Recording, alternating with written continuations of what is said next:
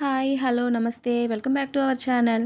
Today మన ఛానల్లో చింత చిగురు పచ్చడి ఎలా చేసుకోవాలో చూసేద్దాం ఫ్రెండ్స్. ఎక్కడ స్కిప్ చేయకుండా చూసేయండి. ఇవి సీజనల్గా దొరికినప్పుడు చేసుకొని తినాలండి, హెల్తీ కూడా మనకి. ఇలా ఫ్రెష్గా ఉన్న చింత చిగురుని నేను ఇంట్లో ఒలిచిపెట్టుకున్నానండి. అలాగే చింత చిగురు తగ్గట్టు నేను 15 ఎండుమిర్చి తీసుకున్నానండి. అలాగే 2 టేబుల్ స్పూన్స్ వేరుశనగపప్పు, అలాగే వెల్లుల్లిపాయలు, ధనియాలు అండ్ జీలకర్రని ఇలా బౌల్స్లో తీసి పెట్టుకున్నాను. మీరు కారంకి తగ్గట్టు వేసుకోండి. నేను చింతచిగురుకు తగ్గట్టు నేను తీసుకున్నానండి. ఇలా గ్యాస్ మీద ఒక ప్యాన్ పెట్టుకొని 3 టేబుల్ స్పూన్స్ ఆయిల్ వేసుకున్నానండి. ఆయిల్ లైట్గా హీట్ ఎక్కిన తర్వాత మనం తీసి పెట్టుకున్న ఎండుమిర్చిని, అలాగే జీలకర్ర అండ్ ధనియాలని వేసుకొని బాగా దోరగా ఫ్రై చేసుకోవాలండి. లో ఫ్లేమ్లో పెట్టి ఫ్రై చేసుకోవాలండి, లేకపోతే ఎండుమిర్చి మాడిపోతాయి. ఇవి లైట్గా ఫ్రై అయిన తర్వాత వీటిని పక్కన తీసి పెట్టుకొని బాగా చల్లార్చుకోవాలండి.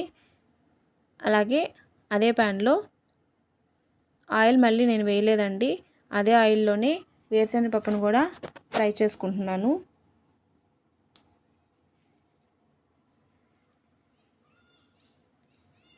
ఇలా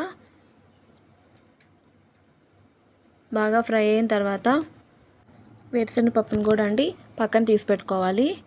వీటిని కూడా బాగా చల్లార్చుకోవాలండి. అదే ప్యాన్లో మనం తీసి పెట్టుకున్న చింత చిగురును కూడా వేసుకొని మరీ ఎక్కువ ఫ్రై చేయక్కర్లేదండి. చూస్తున్నారు కదా వీడియోలో, వేసిన కొద్దిసేపటికే కలర్ చేంజ్ అయిపోతుంది. ఇలా కలర్ చేంజ్ అయిన తర్వాత